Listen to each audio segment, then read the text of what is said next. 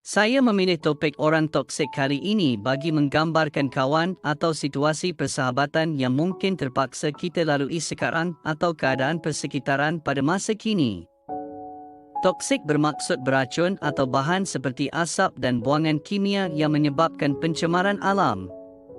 Dalam bahasa senang difahami, ia sangat berbahaya dan perlu dijauhi. Orang pula adalah individu, kita sendiri atau ahli masyarakat. Ungkapan orang toksik mudah difahami. Sebutan itu biasanya diberikan kepada orang yang suka menyusah dan merugikan orang lain, baik secara mental atau fizikal. Tidak kira apa sahaja ciri-cirinya, orang toksik perlu diketahui dan dijauhi. Orang dianggap toksik sering membuat anda rasa sedih, tidak dihargai, kecewa, bahkan rasa bersalah atas kesalahan yang tidak anda lakukan. Apakah ciri-ciri orang toksik yang perlu anda ketahui? Hanya mahu kesenangan di pihaknya sahaja. Salah satu ciri kepribadian orang toksik ini dilihat hanya mahu kesenangan dan keuntungan di pihaknya sama ada dalam perhubungan persahabatan atau perhubungan lain, termasuk masyarakat atau perniagaan. Mereka hanya mahu mencipta kesenangan dan keuntungan bagi dirinya tanpa mengambil kira erti atau nilai persahabatan atau perhubungan yang terjalin. Mereka akan sentiasa memaksa untuk mencipta kesenangan atau keuntungan bagi pihak atau diri mereka sahaja. Mereka akan mengambil segala kesempatan yang ada berasaskan keuntungan dalam perhubungan. Malah, mereka selalu memaksa anda supaya menolong sekiranya mereka dilanda kesusahan. Tetapi, sebaliknya mereka tidak langsung membantu atau mempedulikan sekiranya kita dalam kesusahan. Tidak bersimpati atau tanpa belas kasihan. Kita seboleh-bolehnya jangan mengharapkan orang negatif seperti mereka untuk memahami diri kita, kerana biasanya orang toksik tidak akan mengerti dan memahami keadaan orang lain. Misalnya, ketika kita berada dalam kesusahan dan menceritakan atau berkongsi masalah dengan mereka dengan harapan ada orang untuk diluahkan, sekaligus dapat meringankan beban dalam benak fikiran yang tersumbat. Tetapi, orang toksik bukan saja tidak akan menyokong atau menyebelahi kita, malah akan terus menyalahkan kita dan sedikit pun tidak menyebelahi kita. Mereka bukan meringankan beban yang ada dalam benak fikiran kita yang berserabut atau berduka, tetapi menambah lagi beban kita dengan kata-kata atau ungkapan yang bukan-bukan. Suka mengawal dan manipulasi orang lain. Orang toksik suka mengawal dan memanipulasi orang lain. Mereka membuat atau melakukan sesuatu perkara untuk mencapai tujuan sendiri.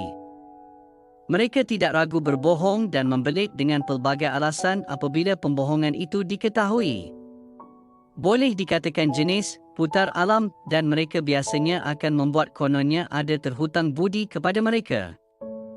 Mereka boleh menyakiti perasaan kita dengan perbuatan berdolak-dalik untuk menyelamatkan dirinya sahaja. Seperti contoh menghina seseorang dengan sebutan "gemuk is awesome" kepada kita atau rakan kita yang berada dalam kelompok itu dengan alasan kutukannya amat membina dan orang yang dihina atau menerima kutukan itu berusaha lebih untuk menguruskan badannya. Tetapi, dia tidak tahu kutukan atau hinaan itu menimbulkan kecil hati kepada si penerima hinaan. Jika mereka berhasil membuat kita melakukan apa yang diinginkan dan melakukan manipulasi, mereka bakal melakukan perkara lebih parah kepada kita secara berterusan. Teknik manipulasi ini sentiasa ada dan orang toksik akan memainkan peranan dalam keadaan lembik tengkuk atau lembut, tetapi sebenarnya mereka sudah memanipulasi kita dengan mereka pelbagai cerita buruk mengenai kita dengan rakan atau hubungan kita yang berpihak pada dirinya sahaja. Orang toksik tidak akan mengakui kesalahan atau minta maaf. Walaupun terang-terangan melakukan kesalahan, mereka akan bertindak mencari kambing hitam untuk disalahkan dan menutupi kesalahan mereka.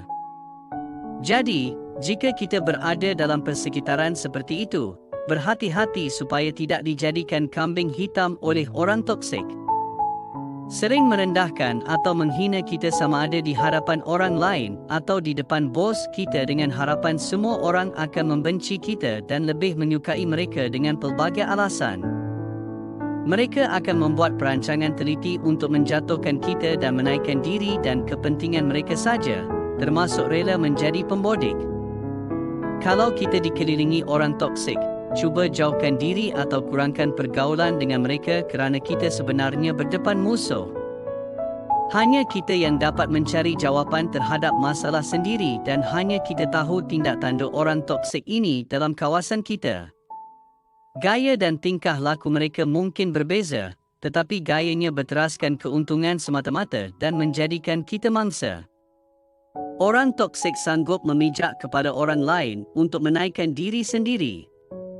Bagi mengurangkan rasa sakit hati terhadap tindakan mereka, mungkin kita boleh mengajak mereka berbincang dengan menawarkan penyelesaian dan situasi menang-menang supaya kita tidak dijadikan kambing hitam.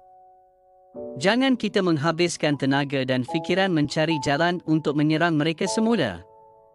Jika kita sangat sakit hati dengan orang toksik, cuba cari penawar untuk menerima atau meminta nasihat daripada rakan lain yang bukan dalam kalangan orang toksik. Jadi, berhati-hati dalam memilih kawan supaya tidak menjadi mangsa orang toksik sama ada dalam pekerjaan atau persekitaran tempat tinggal. Jauhi mereka yang bakal mengundang kesusahan.